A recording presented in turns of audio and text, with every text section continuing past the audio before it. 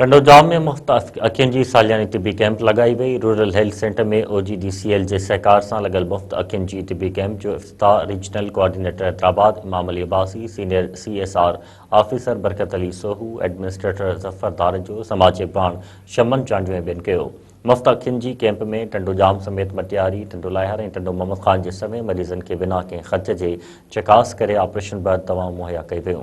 उन मौक़े ते मुक़ररनि ॻाल्हाईंदे चयो त हर साल वांगुरु हिन साल बि कैंप लगाई वई आहे, जीअं ग़रीब ऐं बेपोच मरीज़नि खे मुफ़्त संदन दर ते इलाजू सहूलियतूं फ़राहम करे सघजनि।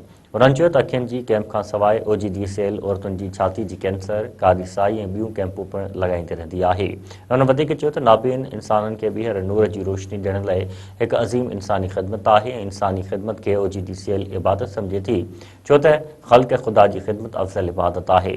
कैंप में मौजूदु नामारे अखियुनि जे माहिर डॉक्टरनि मरीज़नि जी चकास करे ऐं ज़रूरत मुताबिक़ कामयाब ऑपरेशन कया।